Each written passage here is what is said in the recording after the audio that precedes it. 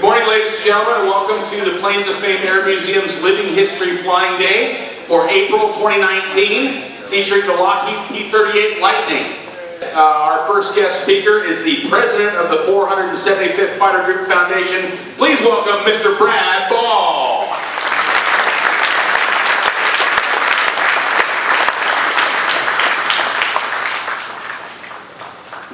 Thank you very much, Kevin. He gave me the three most dangerous words when I've ever given the chance to talk. Take your time, he said. You know, I was thinking about this wonderful museum. I had the pleasure since I was a young lad, it's been over 53 years, that I would come out here, had to get driven the first time, but to sit in the audience and to participate, and now to serve as the foundation president of the 475th, which is the result of a dear friend, Chris Madison, who's sitting up front, whose father, Pete Madison, and you'll hear from the grandson, David, was the founder of the museum and a distinguished pilot in the 475th. And I like to reflect on the history of the Planes of Fame because who couldn't be inspired by Ed Maloney's passion for this subject? And when I came out as a young lad and found out he was building model after model at age, whatever his age was, I was like 10 or 11, I was so inspired I went back and started dating models. And so I thought that was a pretty good first step toward becoming a pilot, which never actually happened for me personally.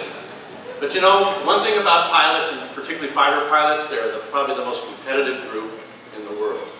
They'd shoot down each other if there wasn't anything else to shoot down in the sky, isn't that right? And I'm reminded of this story many, many years after the war. Three pilots met at an association. One was a P-40 pilot, a P-47 pilot, and of course a P-38 pilot. And as they got to know one another, they found out they loved to hunt.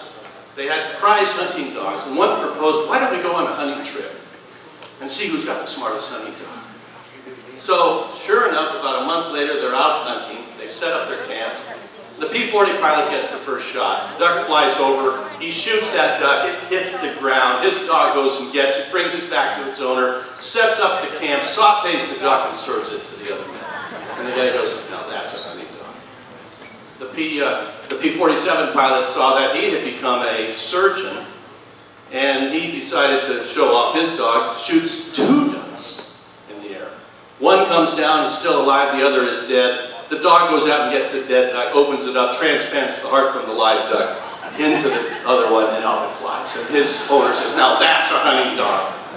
The P-38 pilot hasn't said a word, he's just kind of smiling to himself. Bird flies over, second bird, three birds fly over, his dog runs out there, eats all three ducks, makes love to the other dogs, and takes 2 weeks off. Now that's a hunting dog. Today's presentation would not be possible if it weren't for the 475th. We invite you to take a look at the hangar. Right now we have a illegal parking situation with a P-51, and we've ticketed it many times, but it's there because, as Brian said, 23 Skidoo is having an engine overhaul, and we're so excited that Honey Bunny is going to fly. But I want to thank a few people that make this presentation possible, and all of us on the board working together. Of course, I mentioned Chris Madison. Larry Topos is up here. Larry is our keeper of the artifacts in the museum and spends countless hours doing that. Thank you so much, Larry. Two new board members, Greg Waskell, who's in the audience and labored over this presentation with me as we kept putting slides upside down on our old carousel tray. Not true. And we also have David Madison, whom you'll hear from, as well as Craig Taggart. Both of those gentlemen are grandsons and third-generation members of the 475th, and we couldn't do it without them. Finally, thanks to Harry, Liz, Ryan, and Kevin for the warm welcome and everything that they have given us. You know, if you want to know the story of the 475th, it's pretty obvious that you really have to start from the beginning. And in our case, it happens to be, let's see how we're doing here. There we go. This is the hangar on a good day with, we have this wonderful plane that you'll hear a little bit more about. Right, you get a ride at the P-38. Okay. It says join the Planes of Fame, $75. It's a subtle little hint. Actually, what it really said is be joyful in battle. And it's such an odd set of words when you think about what was at risk, but it actually spoke to the kind of the partnership and the backing up of one another that made this such a successful operation. Let's go to the beginning and the roots. This is obviously etched in all of our minds, December 7th. And it was on this particular day that the Japanese continued to plan. This was not their beginning. This was just part of their master plan, as we know, to identify what was going to be the perfect southern resource area, the Pacific Southwest area. And it was because Japan had figured out as early as the 20s and the 30s, they were falling behind the other industrial powers. Those other industrial powers, whether it was in Europe or of course the US, had natural resources to provide for the engineering industrialization to grow the nation. And Japan, as an island nation, was very limited in those things. But like most wars, if you don't have it, you take it from someone else, right? And that's exactly what took place with this first attack. But so we said the Japanese had been entrenched and had been planning this attack as the southern resource area would take them all the way down and hopefully to invade and take control of Australia. And we'll talk about that. The plan, as I said, was to go down the island chain, through the Philippines, ultimately to New Guinea, all in pursuit of this precious resources, but they had a few obstacles in the way, mainly the United States, but also the rest of the Allies. So, Japan strategically took what ultimately was the, here, this slide. There we go. What they did is they totally neutralized our Navy and the military, as we know, and it's surprising. I have the privilege of sitting on the board of directors of the Pearl Harbor Aviation Museum in Hawaii, right next to the Arizona. And I can tell you that organization and that absolute area continues to remind people exactly what happened on that day. And in our hangar there, Hangar 79, we still have the bullet holes preserved from that strafing, that took those strafings attacks. But the Japanese succeeded in neutralizing the fleet. But all the three of those ships that you saw in all that footage were eventually rebuilt and put back into service. But Japan was on a roll. They went from Pearl Harbor to take over British Hong Kong so they could cut off the southern passages. That was at December 31st. Then they went to Singapore in February to prevent British reinforcements coming up through the Indian Empire. And the ultimate warning shot was to start working their way to Australia through New Guinea to take possession of Rabaul, which was a prize harbor and the perfect landing spot for Japan to ultimately take on Australia. It goes without saying, given what was happening, that this fight for the southern resource area drew us into the war. It wasn't just Pearl Harbor, it was what was happening in the Southwest Pacific.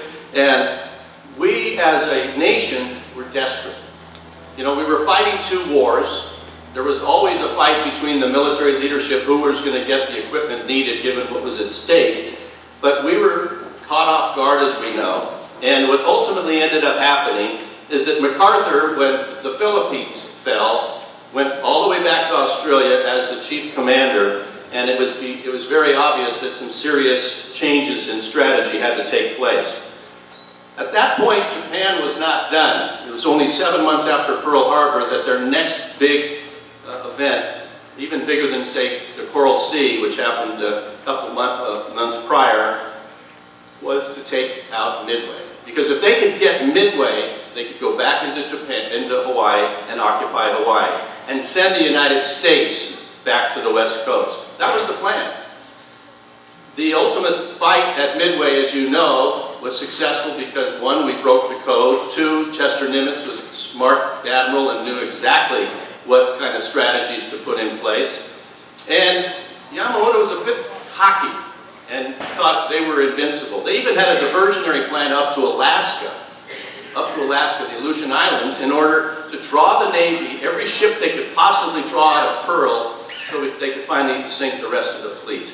Because their master plan was to go all the way down those islands, take over Australia, throw a little sushi on the Barbie, and what do you have? First of all, it's not sushi, it's cooked. That was just went right over the heads of everybody. But the idea that Japan was going to end up owning that much territory was, of course, the complete take.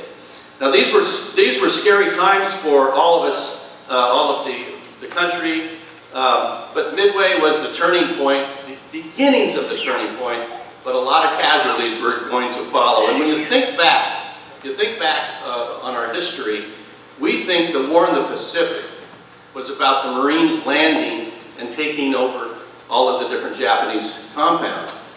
And the Marines paid a terrible price because the Marines did not have the air cover in the early days. And without that air cover, the bombers couldn't do what they had to do to take out the planes, the ports, the ships. And so in come the Marines, who were the toughest of the group. That'll start an argument, but I won't argue with any of you. And at the end of the day, there was quite a pushback. There was defeat after defeat, but it was Guam, Java, Corregidor. Things were getting more desperate.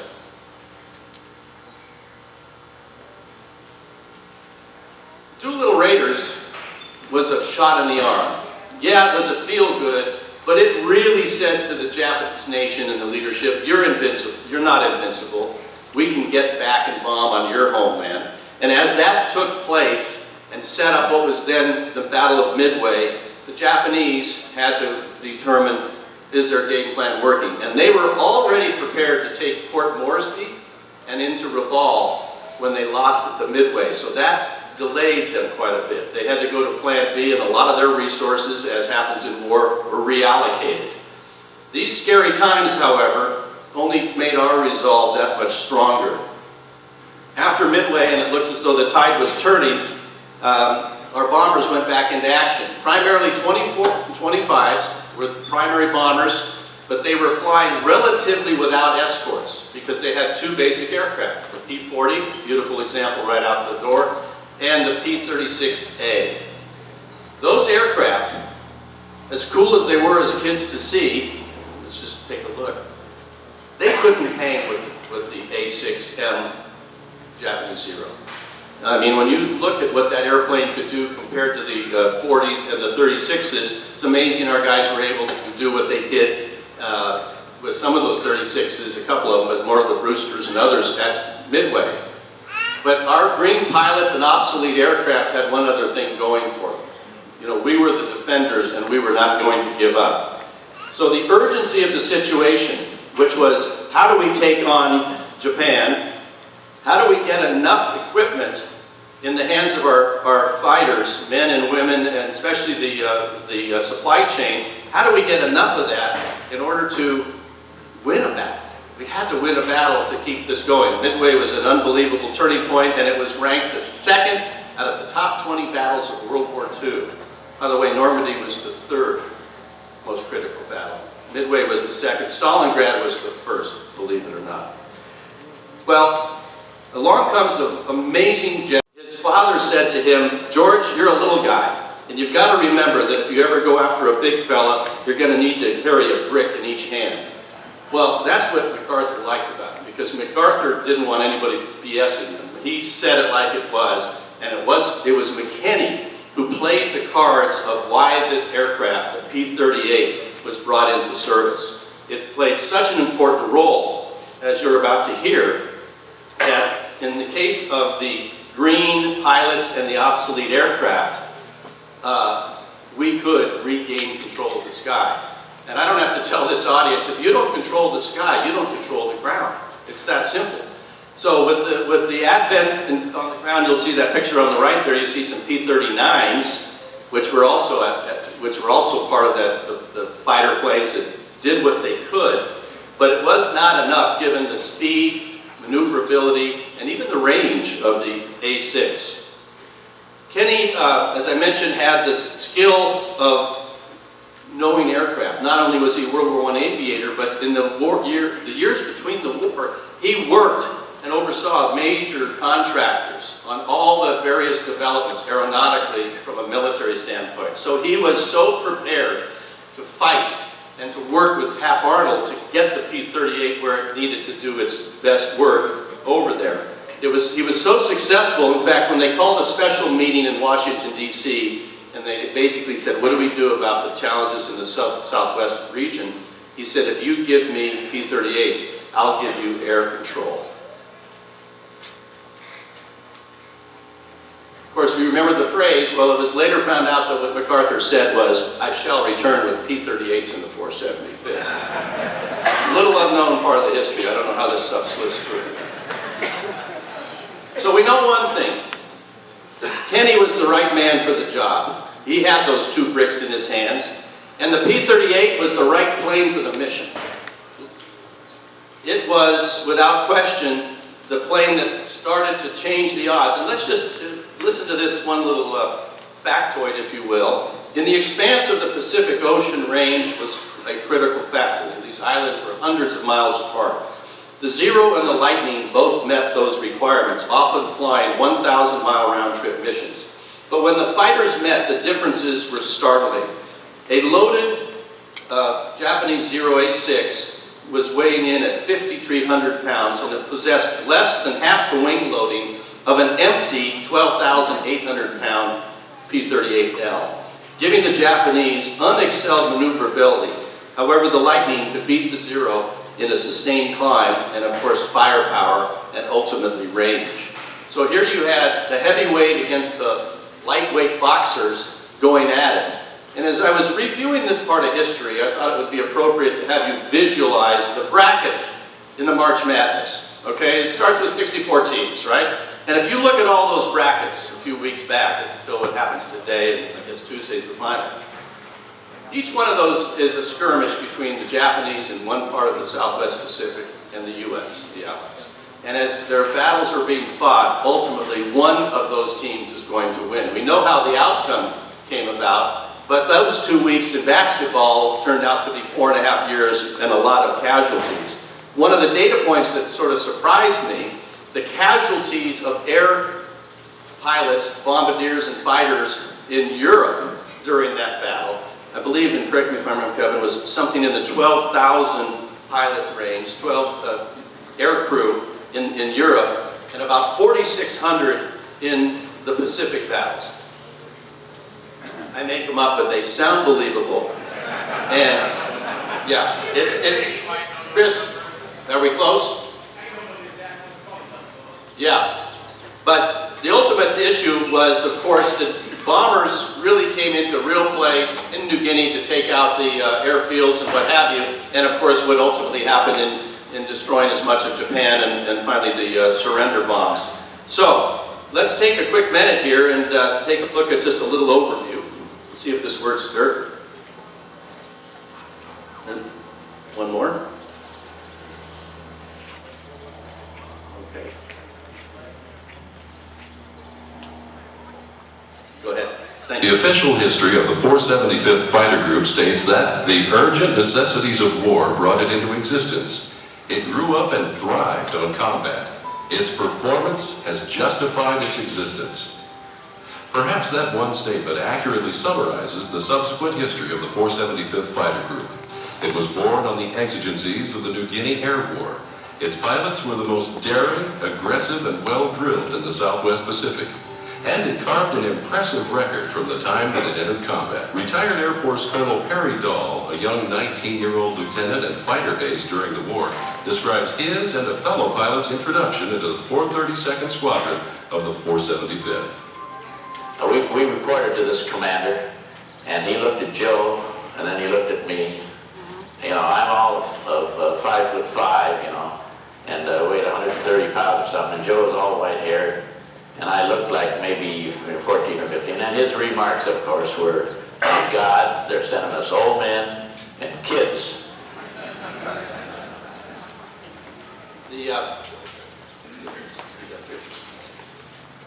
The official history of the 475th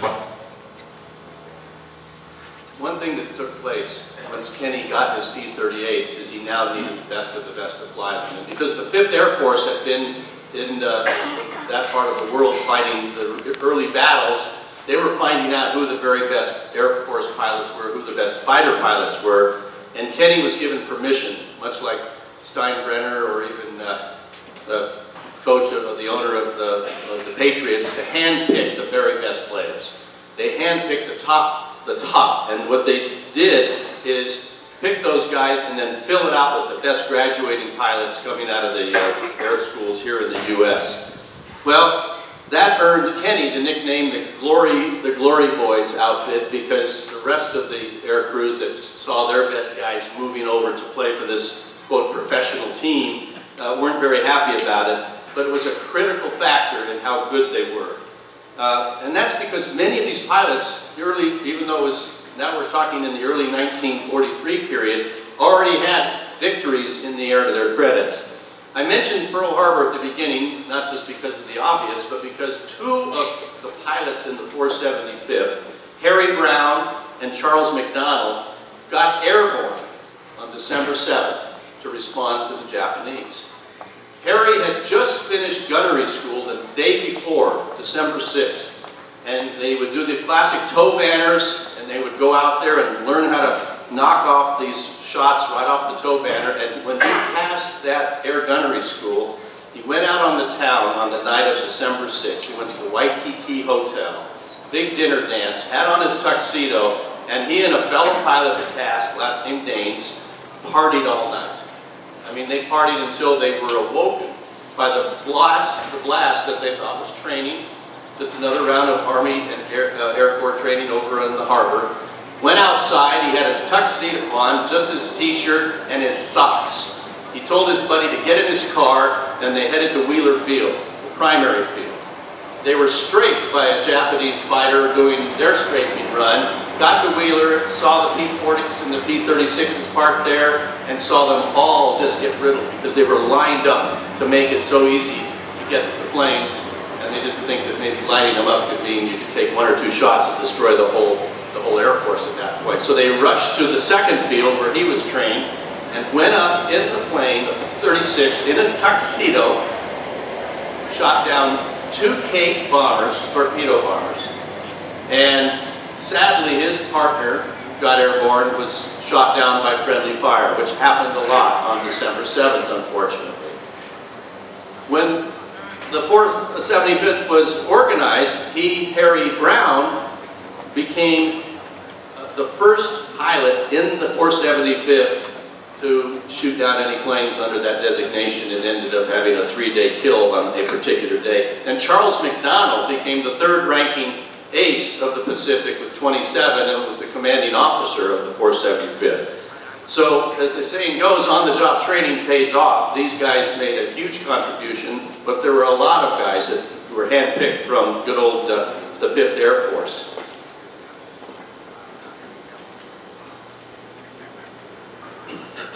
Those were the two standouts. Harry's on the left there, and these names on the planes are just really something. Obviously, they have a lot of personal importance to the pilot. That's Charles McDonnell, and he was a born leader. Well, with MacArthur and everybody sort of figuring out how to go forward, back up those islands to ultimately defeat the Japanese, Amberley Field became the home of the 475th. May 14th was its activation day, and they chose Amberley because it was just outside of Brisbane and right next to a major supply depot, which was critical for what it took.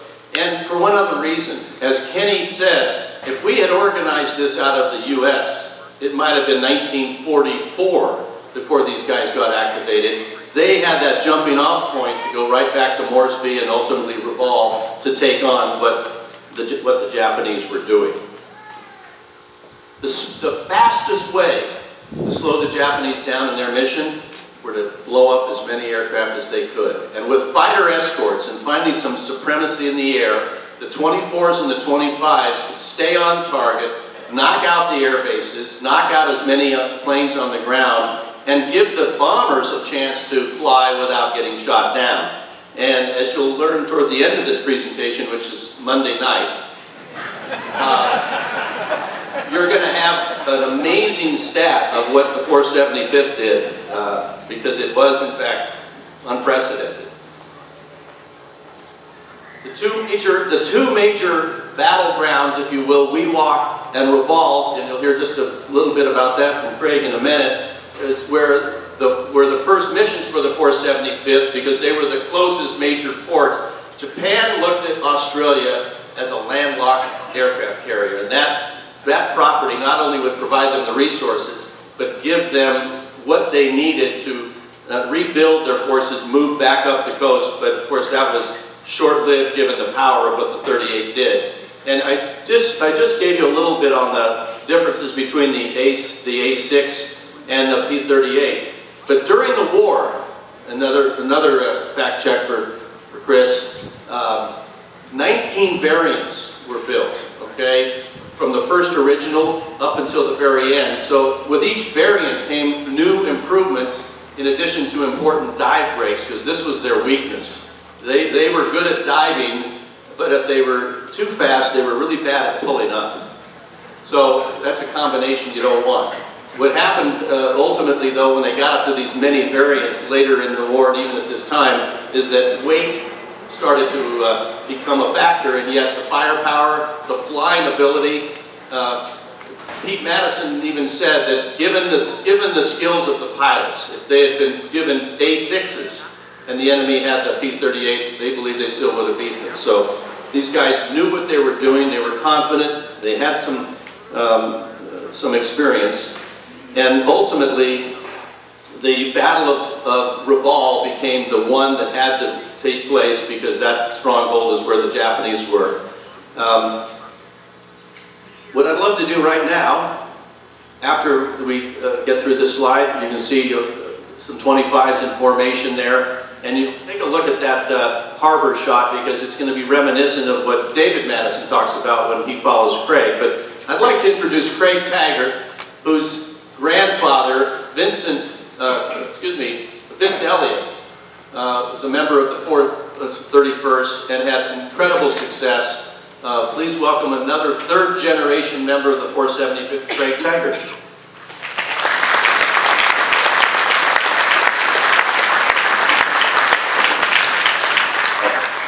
Thank you, Brad. I appreciate the intro. Can I get a round of applause for Brad Ball? He's our president, 475th Fighter Group.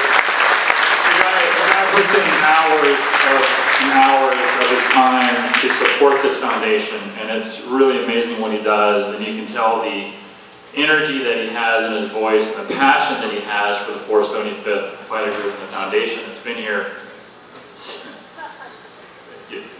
since 1989, so I really thank him for setting this whole thing up today. Well, good morning, everybody. Thank you for coming out. This is really a great setup today. I'm really impressed with the turnout. My name is Craig Taggart. I'm the grandson of Captain Vincent Thomas Elliott. I've actually been with the 475th Fighter Group since 2013 as part of the foundation, as a board member. And our message is really to continue our story, really. I mean, we want to keep telling the story that Brad talked about. I want to keep telling the story about my grandfather today. You can see that my son is here today, Becker, so fourth generation here.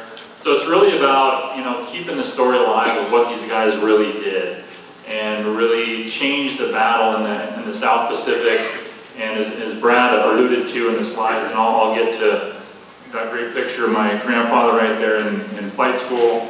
I'll go through the slides once I kind of talk through about his background. But my role with the foundation is really communication. We're developing a new website right now, which I'm really excited about.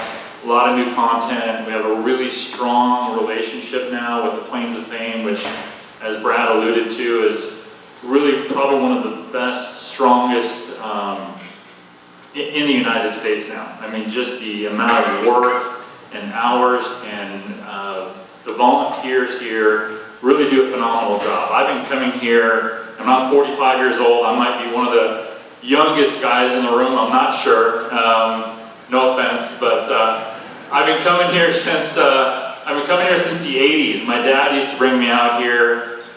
We used to go to air shows when I think there was probably 3 or 4. I'm not sure, Brad, you can correct me if I'm wrong, how many P-38s were flying in the 80s, I'm not sure. Now I know there's 9, but I remember meeting people like Happy Bollington out here as a kid. Pete Madison, obviously, and Chris was nice enough to come out, and it's great meeting his son today. So anyway, I'm very active with the foundation. I encourage you to check out our hangar, check out our new website, and all the work we're doing. It really means a lot to me to just continue the story of what we're doing through social media and all these different learning outlets. So it's really important for me. So anyway, going on about what Brad said about the 475th, just think about this for a second. The 475th Fighter Group assembled in Australia in early 1943. They shot down, if you don't know this number, I'm going to tell it to you. They shot down 551 Japanese aircraft, and they only lost 56 planes. Think about that for a second. That is a 10-to-1 ratio. Is unheard of what these guys were able to accomplish. So some of the leading aces Brad talked about, McDonald and McGuire were the leaders really of the 475th. I'm proud today. I know he's looking down on me, smiling with a big grin, probably a drink in his hand, not sure. But he definitely knew how to party. But anyway, I'm very proud to be here to talk about my grandfather, one of the top aces, Captain Vincent Thomas Elliott. His fellow pilots in the 431st Fighter Squadron, known as Hades, which Brad referenced. There were three groups, the 431st, 432nd, 433rd. Everybody called him Vodo. That was his nickname. And I think throughout this presentation, I'll reference Vodo because I think he would probably like to hear that. I think that was a very cool nickname that he had. But he was actually transferred to the 475th in July of 1943. He met up with them in Australia, as Brad referenced, Amberley Field in Australia, after completing flight school, class 43D in Arizona. So he joined up with them after flight school, and just to kind of reiterate what Brad said is that, from flight school to his first victory, Vodo, his first aerial victory was actually September 13th, 1943. So from the beginning of flight school to his first aerial victory was a total of 6 months. I mean, that's how fast these guys had to acclimate, get transferred into their base, get with their group, understand how the P-38 flew in combat. And with the guns that the P-38 had, if you don't know, that was one of his favorite parts of the plane. And I actually have 4 of his rifles still today that he had in his house upon his passing. But the P-38, just so you know, on a little education side, 2 50 caliber guns, 2 30 caliber guns, and a 37 millimeter cannon. And he loved flying that plane. Just for the pure firepower that plane could produce, the way that it climbed in the sky against Zeke's Japanese aircraft. It was really dominant for what he did.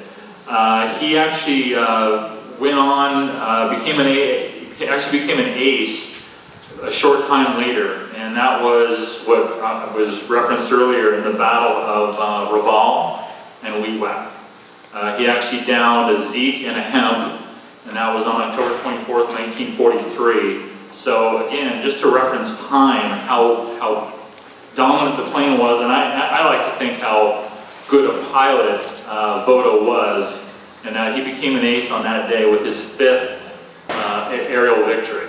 And that was during a very intense battle over Rabaul and Wewak, which was one of the most intense battles of the South Pacific, which Brad talked very, very in detail about, which I was very, very proud to hear that discussion. So he went on to fly a total of 118 combat missions. And with the last victory actually came, is actually one of his best days. He had a great day in Rabaul and Wewak, but his best day was actually 2 days after Christmas, on December 27th, 1943, when he, near New Britain, actually, he encountered, again, enemy aircraft escorting, I'm not sure if it's B-24s, B-25s, I'm sure some of you in the audience might be able to correct me. but he actually had his best day. Various altitudes, he actually downed, destroying 2 Zeeks and 3 probables on 1 mission. So that day got into the total, which we now say he had 7 confirmed victories and 4 damaged. Total of 11 planes knocked out of the sky, basically, in about 6 months. So really prominent pilot, really proud to tell his story today about what he did, how he did it. He actually was awarded the Silver Star, which we're going to go through some slides here in a second. He was actually awarded the Silver Star, the Distinguished Flying Cross, and the Air Medal with 6 oak leaf clusters. I still have a couple of those medals, but not all of them. But it was actually really, really great to still have that today. After World War II, he and his wife, Patricia, raised their 2 daughters, Patricia and Judy. Judy is my mom. She actually is in Ventura County. I know she's going to watch this video, so hi, Mom. Anyway, after that, he actually he actually went on, many pilots, if you don't know, during the war, they actually went on to be instructors in various parts of the country. And he actually went on to be a flight instructor in 1945. And it's kind of funny, the timing is that today is April 6th, I believe, April 7th, I'm not sure, but anyway, right around that day.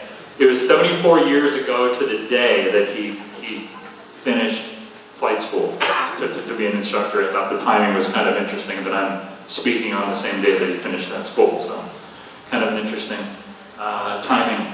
So he went on, he actually lived in Burbank. My mom and sister, aunt, grew up in Burbank, and he worked in the film industry, which is very common in Burbank.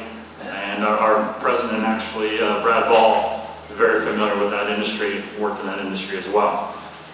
Worked at CFI as a film editor, and he actually worked there his entire career until 1981. So I remember as a kid, he always made me laugh. Always had the best sense of humor. Always had a great joke, great house in Burbank, always visiting. And I remember my mom telling me on Saturday nights, and maybe some of you in the audience can relate to this, but Saturday nights was always, get the barbecue going, we're going to have steaks, and we're going to have 1 or more cocktails.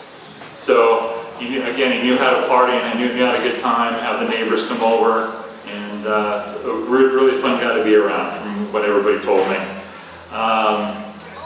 One of his favorite restaurants we still go to today as a family is a place called the Smokehouse Restaurant in Burbank, right across the street from the Warner Brothers lot. So one note I want to just kind of bring up, which I think is interesting as well, is Pete Madison, who his son will speak, and his grandson will speak in a minute.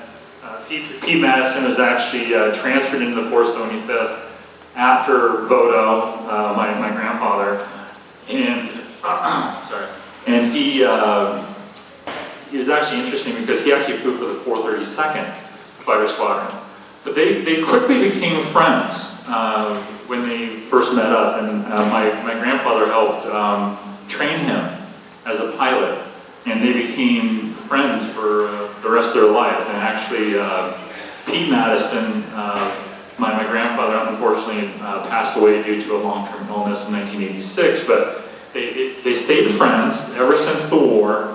1943, and Pete Madison actually gave the eulogy for my grandfather's funeral. So I thought the connection today was actually very nice. So that was very nice to see that. Just going through some old paperwork and documents, I want to just reference that, which was nice. So anyway, that's about it that I wanted to just kind of bring up. If we can just bring through the slides, that'd be great. So this slide right here is just his passing flight school, which was again about 74 years ago to the day. This was actually in Texas that he did that, and he trained for about a year, and then he ended up joining CFI in the film industry about 1946, 47. And just I found that in some paperwork. This was the next slide. This was home. I think this was probably about 1940, August 1943. I'm not really sure on the month, but that was with his first wife, Patricia. You might notice the resemblance. I kind of look like him. I think I get his good looks. I'm not sure. But anyway, that's in his full dress or his uniform home on leave. Next slide. So that is, I believe, again, his home on leave. That's my mom at about 6 months old. It's probably about July or August 1943. So the timing on that is actually interesting because if you remember, he actually went on starting in September, October 1943 to get the 7 victories and 4 damage. So right after that visit, he returned to the unit and started to go to work. So that's a great picture of family. He's always a family man. So on the left you have his first wife, Patricia, my mom, Judy, his sister, my aunt, Patricia Bierman, and then obviously Vince. That's probably 1955 or so, 56, I'm not sure, but mid-50s when life was a lot simpler from what I understand. Anyway, so that's with him reporting for active duty, probably down in Australia, and for the unit. And there's some great pictures of Vodo in the plane. Next to his plane, you can see on the right, that's probably late 1943, early in 1944, because he already had the 7 kills on the plane. So that's probably 44. Right there. Thank you, Brad. And this is one of my favorite shots. You can see he's probably just got back from a mission because you can kind of see that look in his eye saying, yeah, it was a good day.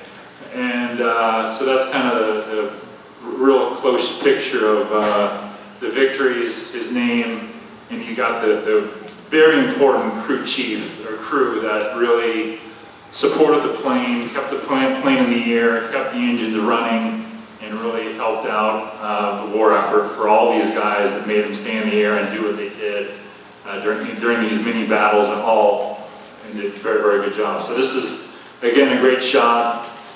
So happy I found these pictures, by the way. This is just great photo. This is him getting one of his recognized for valor, one of the many medals that he received during his service, flying the P-38 Lightning and being his dominant pilot that he was. So I think that's it. I just want to thank everybody for coming out. I wanted to share my story, my experience of Vodo. He would love to see everybody here today. And again, thanks for listening, and I will give it to our fearless leader, Brad Ball. Thanks for your time.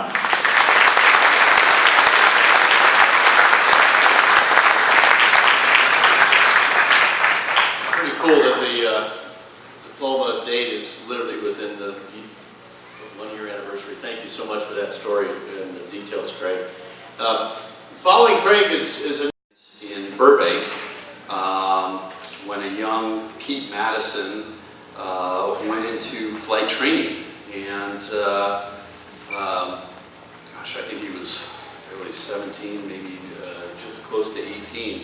And as you can see, there's a family resemblance. He went into intensive training to prepare him for being shipped off to the South Pacific. And during the time, the flight instructor would have the trainees over to his home for dinner. So his opportunity came up, and they never said no to a great pasta dinner that they would serve. And at the dinner, he quickly noticed a young lady, the flight instructor's daughter, who he quickly became head over heels in love with. And I think he spent the last few weeks of flight training learning to fly P-38s and chasing this poor girl around the base. But she made such an impression on him that he immortalized her on the nose of his plane as Miss Fluff and Lace. So see where his focus was. So we'll fast forward to 1982, and I was a mere 12 years old, and I traveled with my grandparents almost every summer to the 475th reunions, and it was one of my favorite times during the summer, being able to travel with my grandparents and go to different parts of the country to these reunions. And this is where I really began to understand the incredible bond and camaraderie that these men shared. It was really incredible to see just how they would come together, sometimes only seeing each other once a year, but getting together, you can tell that these guys were family, and you could really understand what they shared. My grandfather rarely spoke about what happened in the war, and as I understand, that's pretty common. But in this particular reunion in 1982, my father Chris joined us, and after the reunion, he was able to, along with my uncle, join my grandfather Pete and several of the other pilots on a fishing trip. So I headed home with my grandmother, and these guys headed off to, I believe, Hal Gray was my grandfather's wingman and a very close friend, and he had a cabin up in Idaho Falls, I believe. So they went up there for a fishing trip, and after a great day of fishing, they were sitting around the campfire, and Hal Gray had a couple, 3 or 4 drinks in him, and he looked over at my father and he said, "Chris, I told you that story of when I saved your father's life?" And of course my dad's eyes light up. He says, no, but you got to share this with me. So he goes forward telling him this story. And as anyone knows my dad, that once you tell him a story, it goes viral. And but this is what it really took to get some of the stories out, being around these guys, because pilots never talked about themselves, but every once in a while you get a good one from one of their buddies. So I'm going to let my grandfather tell you this story.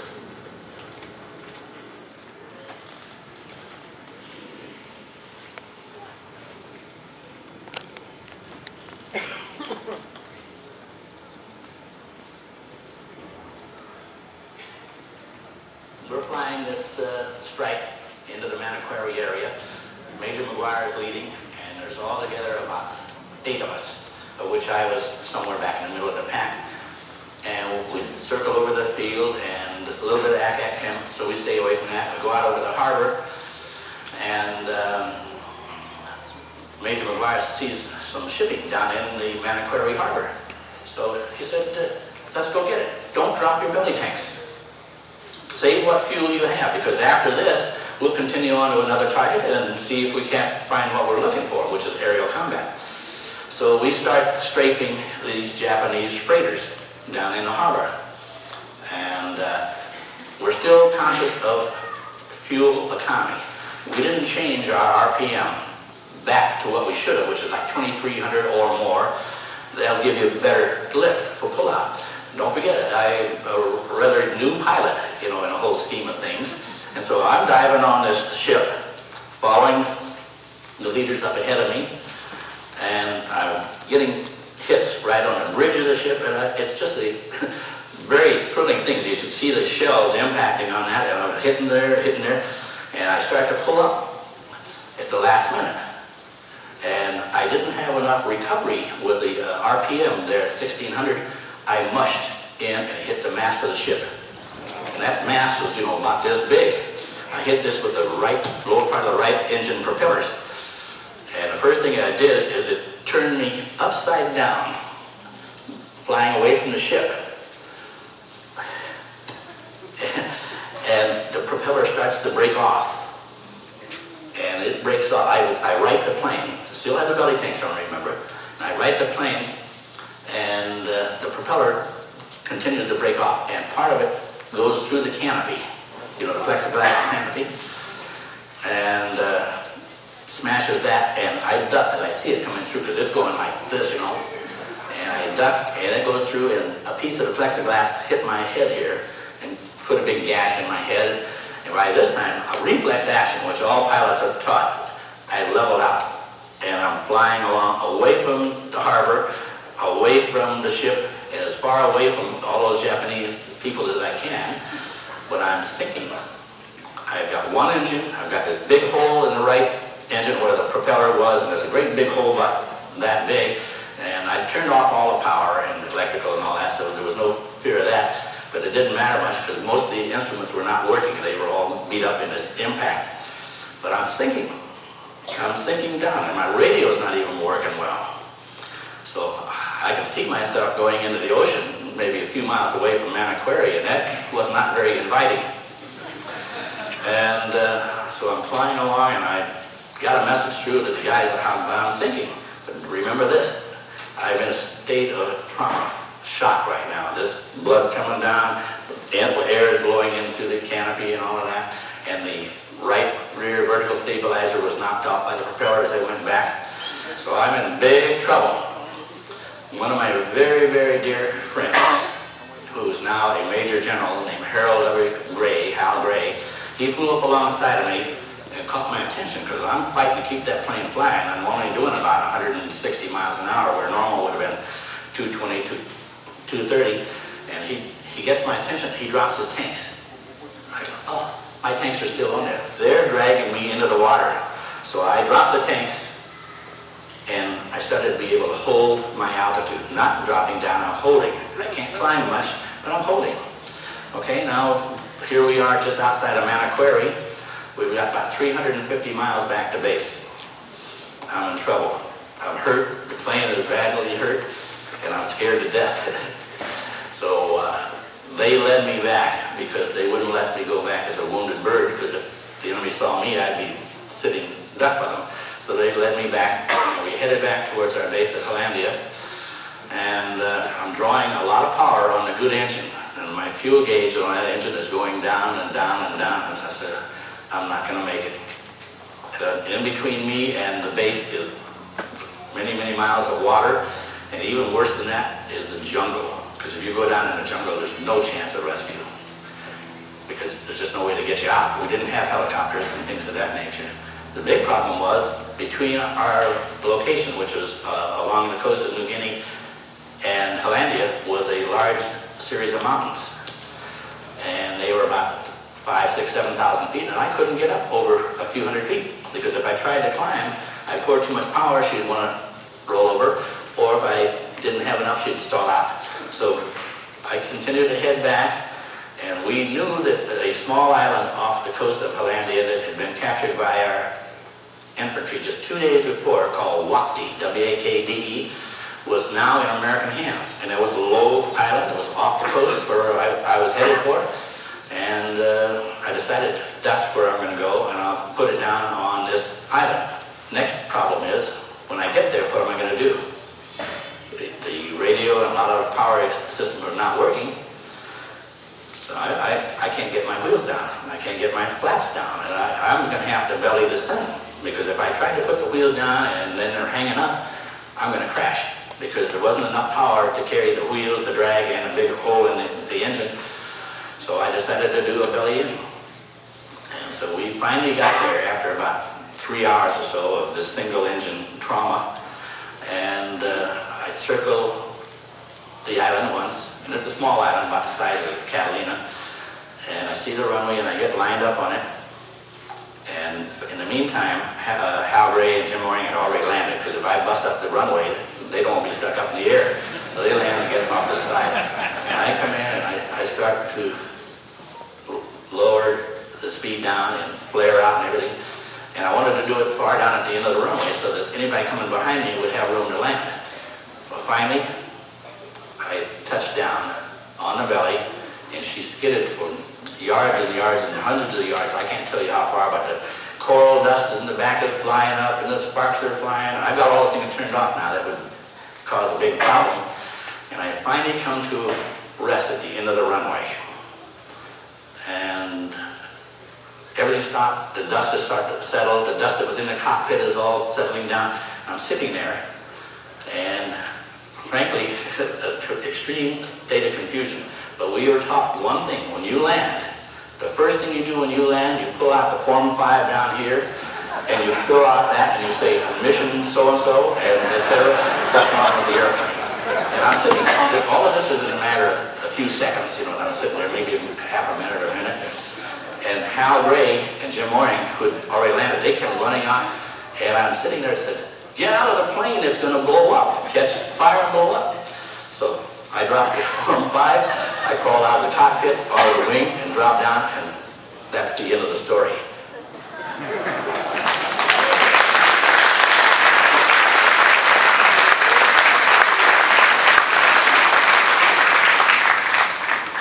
So I don't know if you can go back, but you saw a painting there, and that immortalizes that scene. And just on the very edge there, we didn't get all the image, but you can see my grandfather's plane there, upside down after hitting the mast. So pretty amazing story.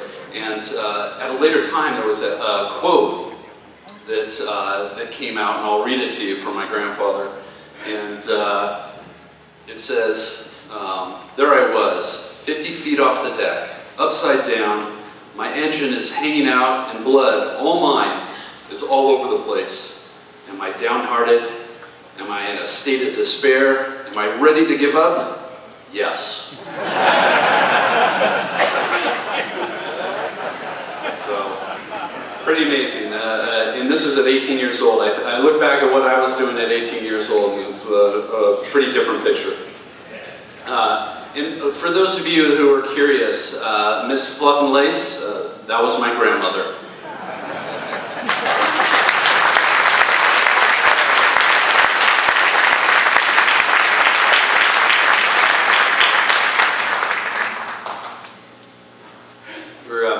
We're getting into the home stretch here.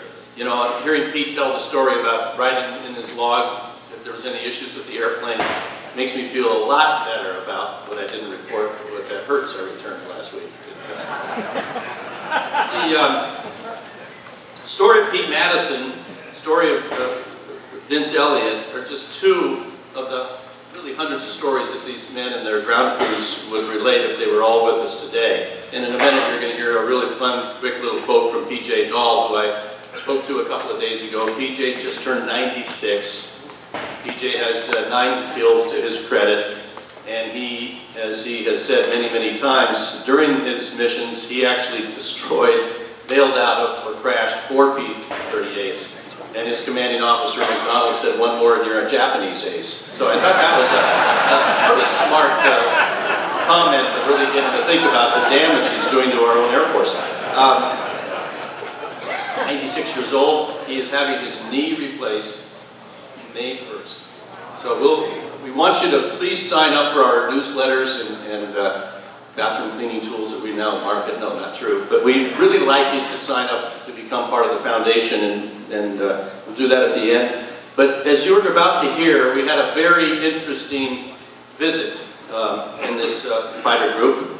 And that, of course, is Charles Lindbergh. Most of you know that he wasn't on friendly terms with Roosevelt, given his compliments to Hermann Göring personally on how incredible the Luftwaffe was. And he was accused of a lot of things, and I'm not here to dispel or any of that. The fact of the matter was he was an American hero, he knew a lot about airplanes, and in his 40s came over on behalf of Allison and then later United Aircraft, which was building, I guess they became the Consolidated, but they were building the Corsair. And he joins up with McDonnell, and in this particular case on the left side, that's none other than Tommy McGuire.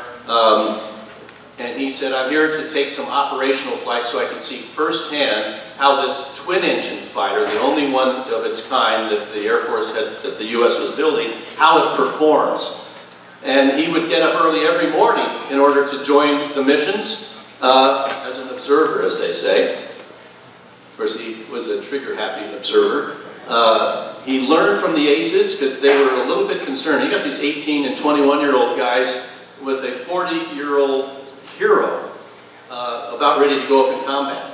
And as you're about to see, it's quite a story. In fact, just before I do, one of the quotes that Lindbergh said about the 475th, they were salty shock troops who gave enemy air crews little quarter and no comfort of all.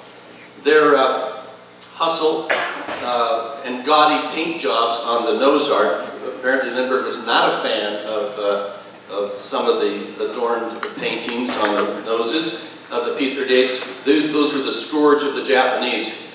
They called themselves the Bloody Butchers of Revolve, and the Satan Angels relished the title.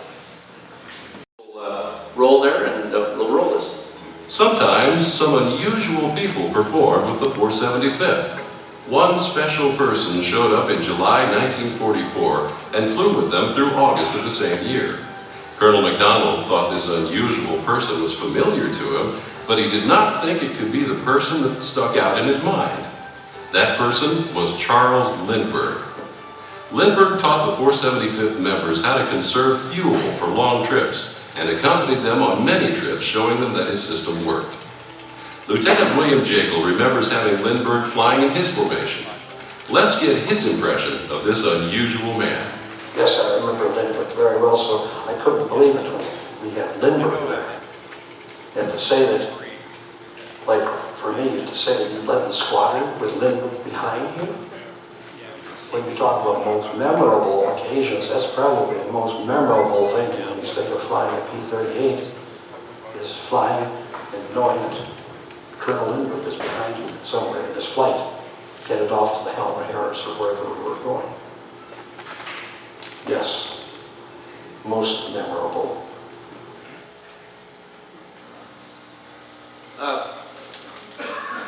Despite the fact that the U.S. government and the leadership didn't authorize or want Lindbergh flying, and in fact he was called back to Australia by MacArthur and Kenny when he heard that he was flying with the 475th, and after about 3 weeks they realized that his knowledge of the P-38 and any aircraft would save a lot of lives, it would extend the missions, and as you've heard many times either today or before today, he contributed to a lot of pain and agony for people with limited bladders, because he was able to get an extra 2 to 3 hours out of a tank of a P-38 fuel tank on a mission, which meant the world. It meant you could get home safely if you preserved it. And one quick example, on one of the missions he was on, his wingman was flying circles above him rather than in formation.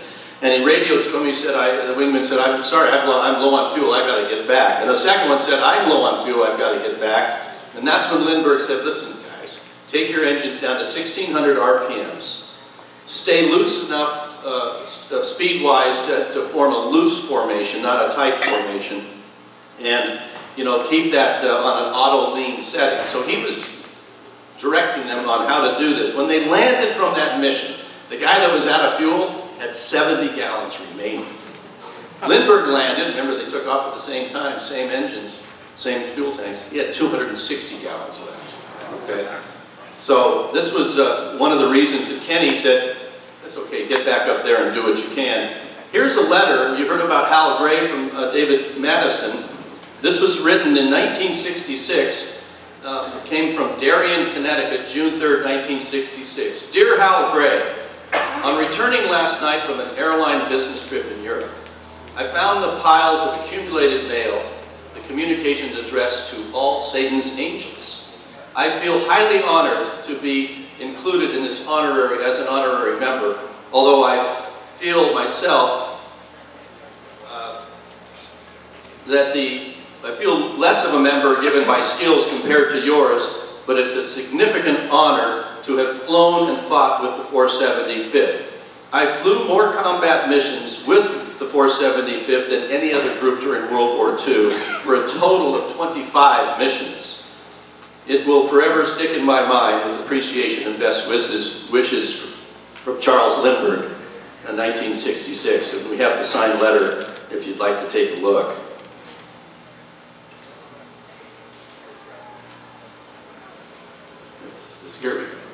Well, you heard about the importance of air supremacy, and the P-38 was very successful in ridding the skies of all variants that the Japanese had to offer. And as a result, there was a number of very successful outcomes for the 475th members. The top 3 aces, actually the top 2 aces, Charles McDonald had 27 kills. And I forgot to mention this, it's right before our very eyes, but if you look over your shoulder and see the P-26 pea shooter, Charles McDonald got that off the ground on December 7th in Pearl Harbor. It's equivalent to about a half a caliber of a BB gun. That's why it's called a pea shooter. And he was able to dodge and weave and get off a couple of shots, but mostly do so to keep from getting killed. But it was a diversionary tactic, and it's pretty amazing when you talk about our aircraft conditions at that particular time, and now fast forward to the outcome that we have today. Well, these three distinguished flyers that had a role with the 475th. Richard Bong, as you all know, went on to become the leading ace of either theater, 40 kills. Richard Bong had 5 of his kills with the 475th during his, I guess that's what he did on sabbatical, go join other groups so he could add up to his total. And McGuire and Bong, in that picture on the left, those guys are, there's no other way to say it, they actually became very sporting in who could kill more, who could get more victories. And ultimately, it was Bong. McGuire found himself in a dogfight after 38 kills, and 2 of the other 38s joined in this fight, and they got lower and lower to the ground, got into this vicious circle, losing altitude when the Japanese Zero flew into the middle and was the 4th plane in the circle, right? And it was like the whirling dervishes, and the faster they turned, the lower they got, the less stable the 38 got at that altitude. And sadly, that's how McGuire lost his job, or lost his life, going for that 40th kill when he crashed into the jungle. Let's just concentrate on Bog for a quick second, because as America's ace, you probably know this story. He came home in January of '45 to sell war bonds to help, close out the war, raising monies, and Lockheed hired him to fly the P-80, their first ever jet, and sadly flamed out on takeoff at Burbank. After 40 kills, he lost his life as a test pilot. Major Richard Bong of Butler, Wisconsin, who became the leading American ace with 40 combat victories. Just out of college, Dick Bong entered cadet training in 1941. He became a pilot and a second lieutenant early in 1942. Among the first fighter pilots to arrive in Darwin, Australia in August 1942 was Lieutenant Bong. As the combined American forces slowly pushed the enemy back toward the Philippines, Bong flew cover for light and heavy bombers, taking on enemy aircraft wherever he found them.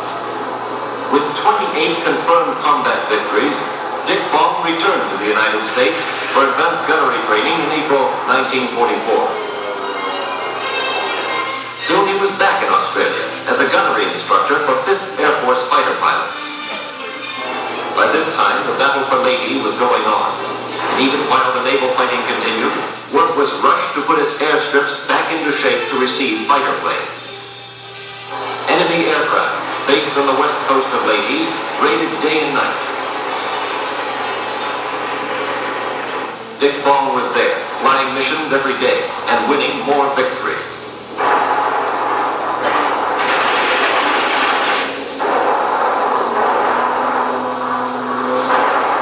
The Japanese stronghold was at Ormond Bay. 12 times they sent convoys to reinforce their garrison there, and 12 times the 5th Air Force turned them back. The last Japanese convoy to be hit was in December of 1944. On the afternoon of December 12, 1944, in front of a guard of honor consisting of 12 pilots, each of whom had 12 or more air combat victories, General Douglas MacArthur pinned the coveted Medal of Honor on Major Richard Bong. During the week that followed, Major Bong won 2 more victories over the enemy. There were numbers 39 and 40. After more than 2 years and hundreds of missions, Major Bong returned to the United States in January of 1945. Major Richard Bong, representative of the highest type of young Americans who served their country. Dirk, go ahead and let's run the second video as we begin to wrap this up, if you don't mind. I'll click it one more time. There we go. The 475th continued their fight in the Philippines through the spring and early summer of 1945. They finished the war on July 21st, 1945, with 551 enemy aircraft destroyed in air-to-air combat, with the loss of only 56 P-38s. It was also the only fighter group formed from the outset exclusively with P-38s. Over a 2-month period from November through December of 1944, the 475th destroyed 169 enemy aircraft during the Philippines campaign for the loss of only 9 P-38s.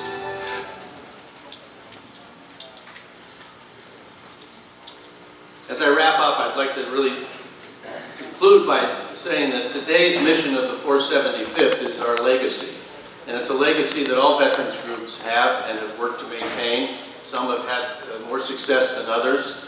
We all know how difficult it is to have conversations like this with people younger than us because they don't know that history and it's not being taught. And as many times as I've been to the Plains of Fame, that's one of those most important subjects. How do we make sure these stories never go away, and what are the lessons that we learn, and never stop continuing to honor those that sacrificed and fought for our freedom. The 475th started as a group of fighters and ended up as a huge group of friends. And in 1965, the very first reunion was held. You heard David talk about attending those as a kid. And what happened from that point with Pete Madison, P.J. Dahl, and other members, not only did it take hold, but that helped lead to the very first collection of artifacts at March Air Force Base down the road. 1989, the 475th built the Quonset Hut hangar out at the end of this walkway here, and the permanent collection of these amazing stories, interviews, artifacts are there today. We mentioned that our legacy is really our mission because the fact is there's so much story to tell. And as much as I joke about this being a long presentation, this is the short version. These guys made a huge difference, and so back after the good old Chino relationship was started, a beautiful facility called the Museum of Flight in Seattle became our second home, where we have a wonderful collection.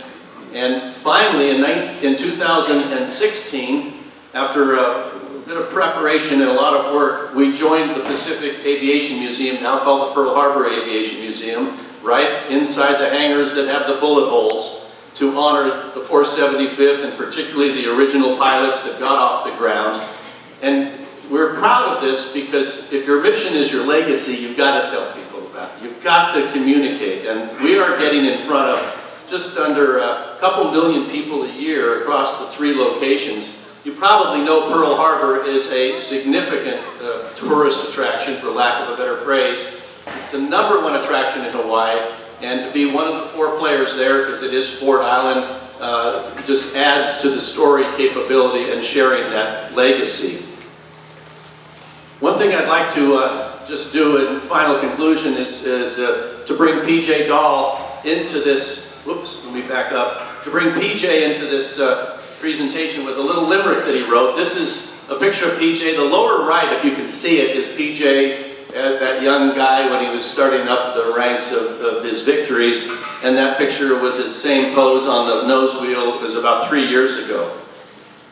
Here's what PJ loves to say about how you tell the difference between a bombardier and a fighter pilot.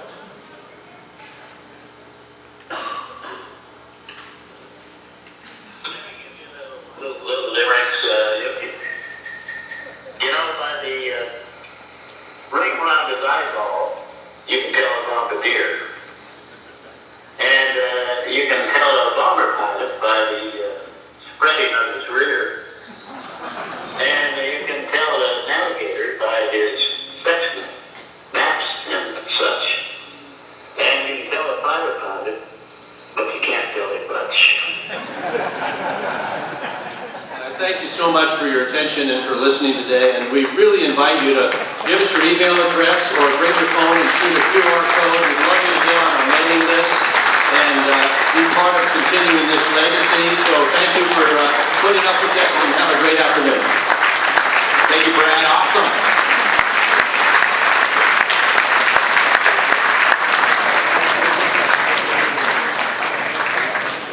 All right, well, we got a few minutes here for some question and answer period, and then I'll do the raffle. And the Honey Bunny will be flying over the area here. Right around noon, it'll start up. So if everybody wants to head outside by about noontime, you'll be able to see the P-38 fly. As we said, our P-38, 23 Skidoo, which is paid up as P.J. Dahl's airplane was in the 475th, is undergoing maintenance right now. And if you care to go into the restoration hangar and take a look, it probably got a lot of the nacelle apart and the engine out, a lot of the sheet metal out of there. You can see how complicated the P-38 is. You know, the P-38, the radiators, the coolant radiators for the P-38 are back on the boom. So there's a series of coolant pipes running to and from the engine there on that, and the engine change on that is not a simple job. It's a lot of work, so it's time consuming if you can find a good engine or get it rebuilt. But it was a fairly labor intensive airplane to service, the P-38 was, because it was liquid cooled and it had two engines. And so that's one thing. So if you want to go in the restoration hangar and take a look like before or after the other P-38 flies, you can certainly check it out. I'm sure it's apart right now. Does anybody have any questions for our panelists?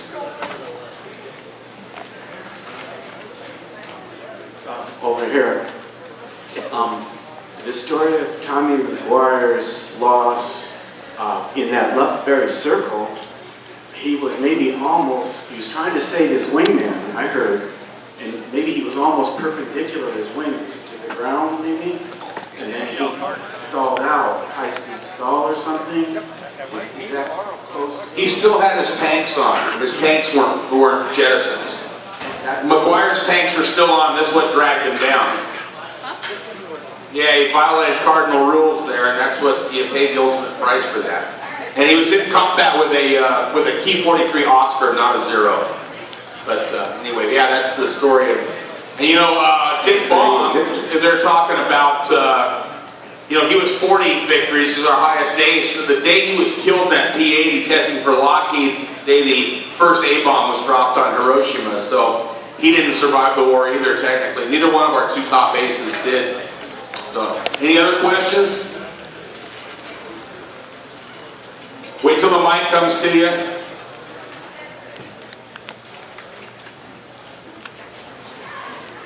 The presenter said that P-38 had more than one caliber of gun, 37 millimeter and I think 20, and I'm wondering when the pilot pulled the trigger, was that a selection of one or the other, that all those guns would go off at once? Yeah, first of all, I don't quite know, I'm gonna maybe you'll know. What he said was interesting, talking about 37 millimeter cannon and 30 millimeter caliber guns on P-38. All I've ever known a Lightning to have is 450s and a 20, but maybe it was something different. Yeah, that's a great question. I mean, there's actually, that was the newer plane. So in 1944, it actually moved to the 4 and the 1, 450s and a cannon. But there was a version of the P-38 that had the 250s, 230s, and then the cannon. I was just referencing the earlier plane that he flew. Exactly. Yeah.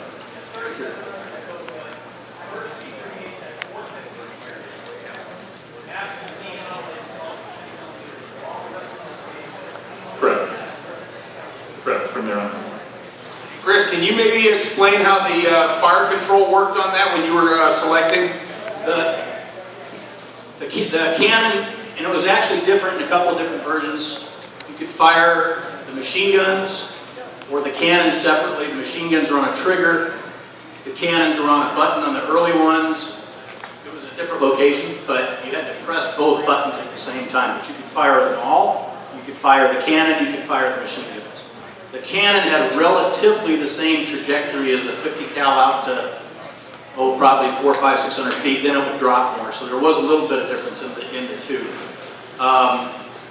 Interestingly, a friend of mine was in the P-38Ls. When they changed the button, they put the cannon button where the old microphone button was, and they put the microphone button, and that's no kidding. And he says, more than one guy, including him, tried to key the mic and shot the cannon through the positions.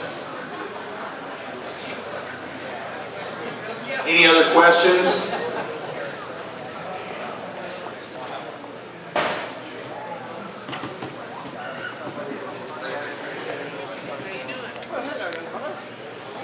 So speaking of engine changes on 23 Skidoo, could you tell us anything about maintenance in the field, how much life you might get out of an engine, and what it's like to do an engine change in the mud in a forward airfield?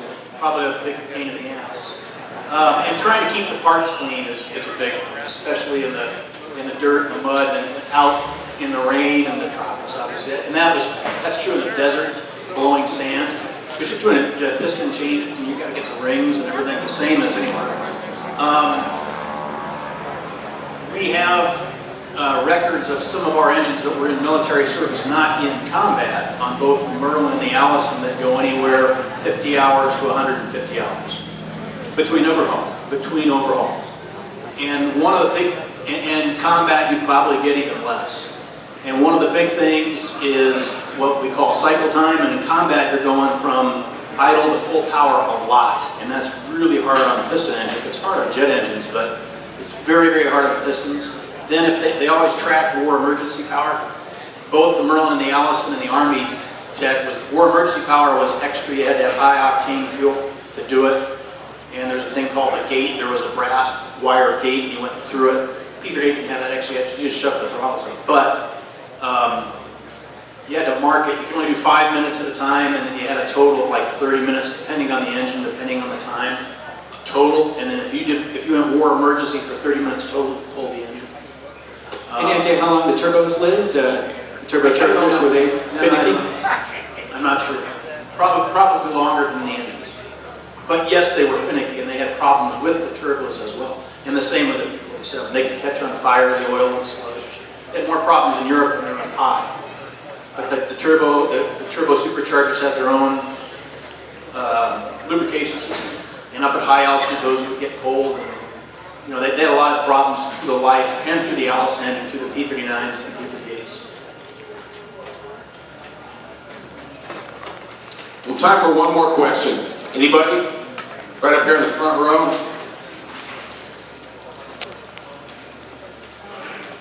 Hey, Chris, did they ever do water injection in the P-38s or try it? Question was there ever a water injection? I don't know. Not in combat that I know of. If it was right at the end. They didn't do water injection in the Merlins till the P-51H. So the engines that I know of in combat that had water injection were the R-29 Hellcat, later Corsairs. But as far as I know, no, they never did. All right, quick anecdote here from Bill Willis. I did a tour last year, and his granddad was a Luftwaffe pilot. And his granddad used to talk about the P-38. And one thing his granddad would always say, if they knew where they were going up against the P-38s, most Luftwaffe pilots would have their help and carry them to their airplane. Because if they knew they were going against the P-38, they were drinking.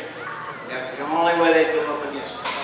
Because basically, your fighters, the distance for an accuracy shot was probably anywhere between 100 yards to 250 yards. The accuracy distance for a P-38 was anywhere between 500 to 1,000 yards. That was the difference between the planes. I've heard that. People have said it. That's printed what he just said. I'm a fighter pilot. I had a Vulcan and with a computer sight. 6,000 rounds a minute and shot straight. And there were a lot of guys who couldn't hit crap at 1,000 yards. The guns, in most cases, were more accurate than the guys could see. The other part about guns and accuracy is you have to have a target that's standing still, and you have to be able to take the nose of your airplane and point it at the target you're shooting at. So ground targets were easier, but now take a car, put it 2,000 feet out there, and you're going 400 miles an hour.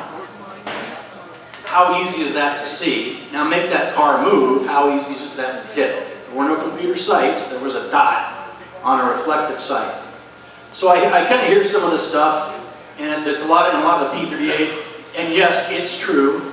If the guy knew how to maneuver his airplane to take a shot and could see the proper lead against a moving target in a fluid maneuvering, yes, you could shoot a little bit further in a P-38 than you could in a P-47 or Mustang. But the point is most kills were within 400 or 500 feet. 98%. So it really didn't matter. And that convergence about other fighters, the P-47's guns are about 15 feet apart. The wingspan of an NE-109 is, I think, 28 or 29 feet. So at basically 800 or 900 feet, or 1,000 yards out, the bullets converge. And then at another 800 or 900 feet past that, they're 15 feet apart. So the bullets are within 15 feet. Now you have to think of a pilot that can shoot good, and that's the same with the P-38. So caveat that with, if you're a computer gamer, yeah, you're right. Oh man, I just shot something 2,000 feet away. That was very hard to do in an Eagle or a Viper. So I just want to throw that out there for some perspective. Any of the fighters didn't hit any airplanes. No? Okay, good to go. All right, we're going to do a round for Roy. Hey, Chris, thanks again for all your info every time. In this boomer right now, so, you know, he knows that he works on it, he flies it. He also knows the Corsair, he knows the Mustang, he knows the F-86, he knows the MiG-15. If you ever have questions about this stuff, you want to get the real deal, that, as he lives it every year, he does.